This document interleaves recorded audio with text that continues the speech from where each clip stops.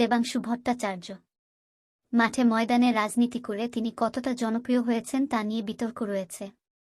তবে সোশ্যাল মিডিয়ার প্ল্যাটফর্মে তিনি যে তৃণমূলকে একেবারে অন্য উচ্চতায় তুলে নিয়ে গিয়েছেন এটা বলাই বাহুল্য। বয়স 28 বছর। সেই দেবাংশুই এবার তমলুকের প্রার্থী।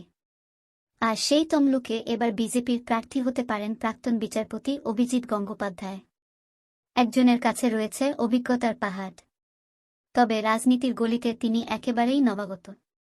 আর অপরজন 5-6 বছর হল তৃণমূলের অগিতে গলিতে ঘুরছেন। বিরোধীদের বিরুদ্ধে তোপ দাগতে তার জুরি মেলা ভার।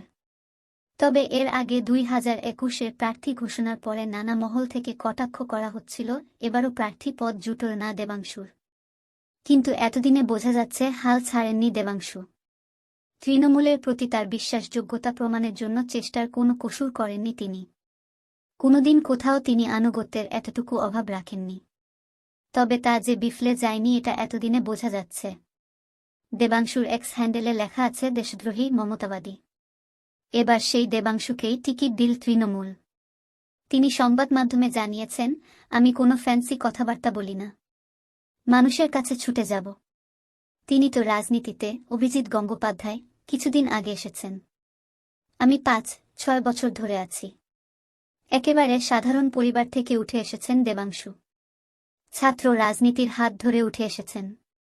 তবে বরাবরই দেবাংশুর বাগ্মিতা অনেকের কাছেই নজর কেড়েছে। হাল আমলের সোশ্যাল মিডিয়ায় তিনি ভীষণ সক্রিয়। সেখানে দেবাংশুর নামে জয়ধ্বনি যেমন থাকে তেমনি দেবাংশুকে ঘিরে কটাক্ষের বন্যাও বয়ে যায় মাঝে মধ্যেই। সেই দেবাংশু এবার তমলুকের মতো শক্ত আসনে কতটা সুবিধা করতে পারবেন সেটাও দেখার। কারণ ভোটের ময়দান তো আর ফেসবুকের পাতা নয়। 2021 সালে দেবাংশু যখন টিকিট পাননি তখন এ নিয়ে নানা কটাক্ষ করতেন বিরোধীরা।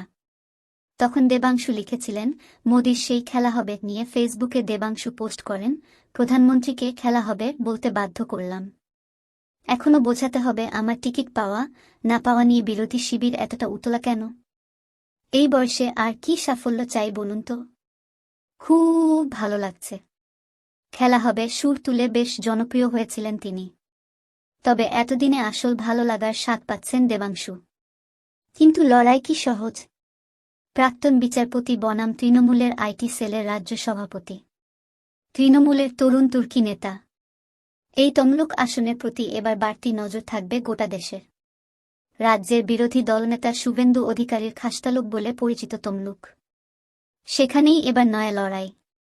বলা যায় দুজনের কাছেই অগ্নিপরীক্ষা। এদিকে তৃণমূল নেত্রী আগেই বলেছিলেন তিনি, অভিজিৎ গঙ্গোপাধ্যায় যেখানে দাঁড়াবেন সেখানেই চাকরি না পাওয়া ছাত্র যুবকরা বিক্ষোভ দেখাবেন। মমতার অভিযোগ ছিল, অনেকের চাকরি খেয়েছেন তিনি, অভিজিৎ গঙ্গোপাধ্যায়। তবে কি সেই বিক্ষোভে নেতৃত্ব দেবেন দেবাংশু?